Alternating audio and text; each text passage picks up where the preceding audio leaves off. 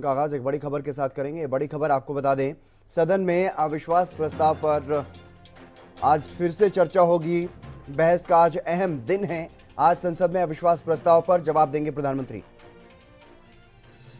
और चलिए आपको सीधी तस्वीरें दिखाते हैं। सदन की कार्यवाही शुरू हो चुकी है।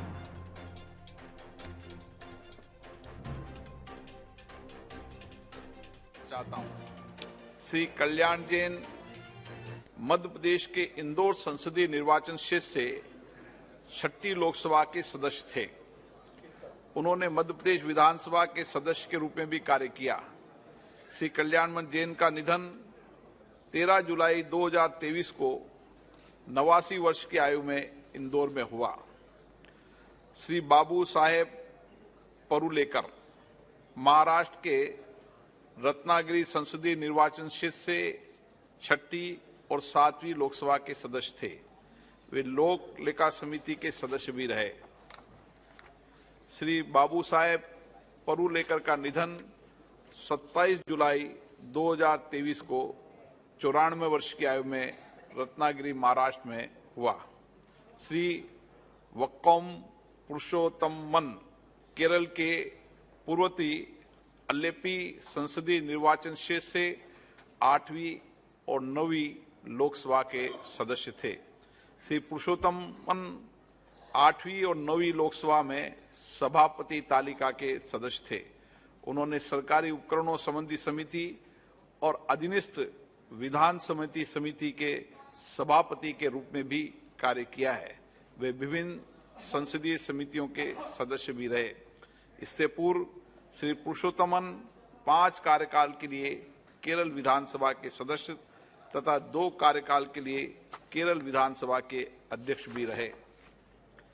श्री पुरुषोत्तमन ने 93 से 96 तक अंडमान और निकोबार द्वीप समूह संघ राज्य क्षेत्र के उपराज्यपाल के रूप में भी कार्य किया। श्री वी पुरुषोत्तमन का निधन 31 जुलाई 2023 को 95 वर्ष की आयु में तिरुवनंतपुरम में हुआ। श्री जनार्दन सिंह प्रसाद मिश्र उत्तर प्रदेश के सीतापुर संसदीय क्षेत्र से 10वीं और 12वीं लोकसभा के सदस्य थे। श्री मिश्र विज्ञान और प्रौद्योगिकी तथा पर्यावरण और वन संबंधी समिति के सदस्य रहे। श्री जनार्दन सिंह मिश्र का निधन 1 अगस्त 2023 को 84 वर्ष की आयु में सीतापुर उत्तर प्रदेश में हुआ। श्री राम सिंह यादव राजस्थान के अलवर संसदीय निर्वाचन क्षेत्र से 7वीं और 8वीं लोकसभा के सदस्य थे। श्री राम सिंह यादव लोक लेखा समिति, नियम समिति, विशेषाधिकार समिति तथा याचिका समिति के सदस्य रहे। इससे पूर्व श्री यादव राजस्थान विधानसभा के सदस्य रहे। उन्होंने राजस्थान विधानसभा के उपाध्यक्ष के रूप में भी कार्य किया। श्री राम सिंह यादव का निधन 7 अगस्त 2023 को 95 वर्ष की आयु में जयपुर में हुआ। हम अपने 5 पूर्व साथियों के निधन पर गहरा शोक व्यक्त करते हैं। यह सभा शोक संतप्त परिवारों के प्रति अपनी गहरी संवेदना व्यक्त करती है। अब सभा कुछ देर मौन रहेगी।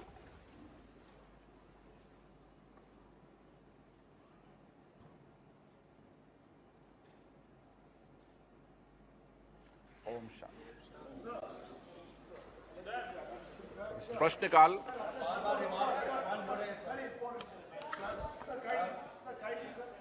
(301) प्रश्नकाल। After question hour. प्रश्न संख्या 301। माननीय उत्तर सदन के पटल पे रखा गया। माननीय अध्यक्ष महोदय, मैंने जो प्रश्न पूछा कर लिया उसका मैंने संसदीय शिष्टमंडल को बता दिया। ये मुझे पता है सर कि जो मंत्री महोदय ने उत्तर दिया कि ये जो पानी है वो शुद्ध जो है राज्य का विषय, राज्य सरकार की नहीं चाहेगी। ज्ञान में आ गया है और मैंने संसदीय शिष्टमंडल को ये बात बता दी है। उन्होंने उत्तर सभा पटल पर रख दिया है सर। मैं ये जानता हूं सर। एक मिनट प्लीज बैठे। प्लीज एक मिनट बैठे प्लीज। कंप्लीट विषय है। प्लीज विषय मेरे संज्ञान में आया है और आपने संज्ञान में डाल दिया है और मैं इसकी व्यवस्था दूंगा।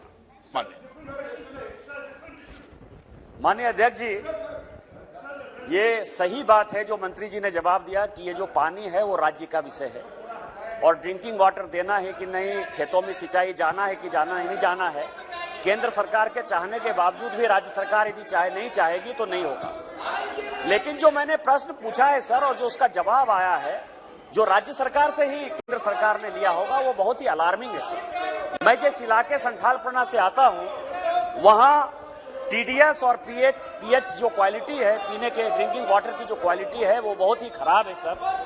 और क्लोराइड, नाइट्रेट और फॉस्फेट गंगा होने के कारण वो पूरा अल्काइन जो है लगा हुआ है। और मेरे इलाके में पूरे देश दुनिया में जो है कालाजार खत्म हो गया, लेकिन चाहे कालाजार है, चाहे लीवर का एनलार्जमेंट है, चाहे स्टोमक डिसऑर्डर है, इस तरह की सारी बीमारियां संथालपना में इस देश में सबसे ज्यादा है।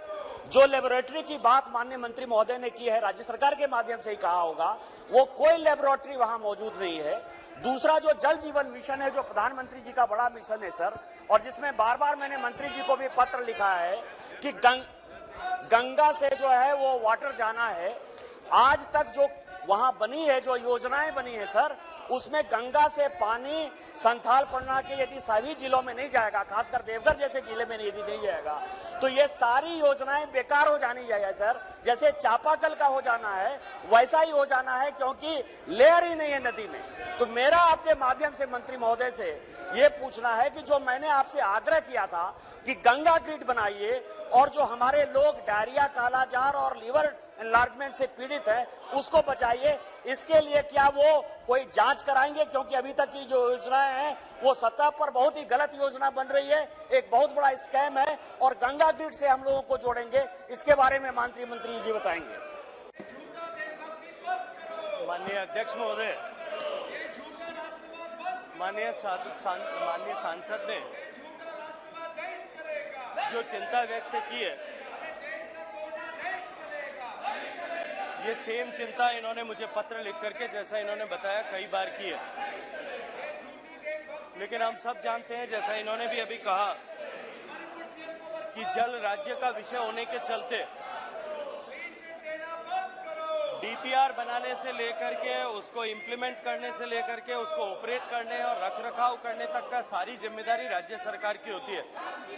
भारत सरकार प्रत्यक्षतः उसमें किसी भी तरह से कहीं अपना इंटरफेरेंस अगर अनटिल अनलेस राज्य सरकार न चाहे नहीं कर सकता है। माननीय सदस्य ने जो पत्र मुझे लिखा था, मैंने इनकी चिंता को राज्य सरकार के साथ में साझा किया था।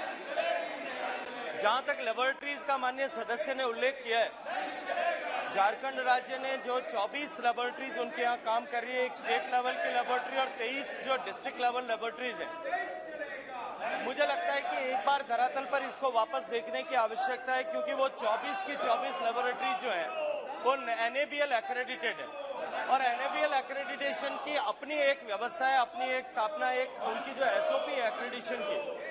इसलिए ये कह देना मुझे लगता है कि एक्रेडिटेड लेबोरेटरी को कि वो धरातल पर काम नहीं कर रही है, ये उपयुक्त नहीं होगा। मैं माननीय सांसद मित्र से भी कहूंगा कि मैं आपको सूची स्थान सहित भेजता हूँ। आप अपने अगले प्रवास में राज्य भर में, क्योंकि आप राज्य के बड़े नेता होने के नाते प्रवास करते हैं, राज्य भर में अपने प्रवास में एक बार जाकर के उन लेबोरेटरीज को देखें।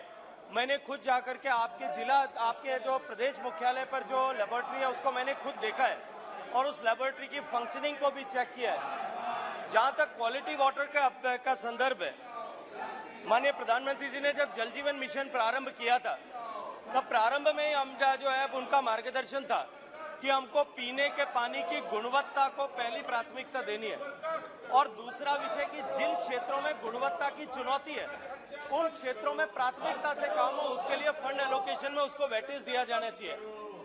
लेकिन मैं इस बात को स्वीकार करता हूं कि इनका जो राज्य है माननीय सदस्य का, वो मेरे राज्य से एक पायदान ठीक ऊपर है। इनसे नीचे के जो पायदान पर प्रगति की दर है वो मेरे राज्य और आपका राज्य पश्चिम बंगाल ऐसे नीचे से तीसरे और चौथे पायदान पर है। निश्चित ही झारखंड राज्य को काम में गति बढ़ाने की आवश्यकता है, क्योंकि अब तक वो बमुश्किल 34% तक पहुंच पाए। लेकिन मैं इतना भरोसे के साथ में कह सकता हूं कि जिस दिन झारखंड राज्य में भी पानी के JJM मिशन पूरा हो जाएगा, तब ये जो पानी की क्वालिटी को लेकर के जो चुनौती है, जो संकट है, जिस दर्द को माननीय प्रधानमंत्री जी ने महसूस किया है, वो दर्द को हम एड्रेस कर पाएंगे।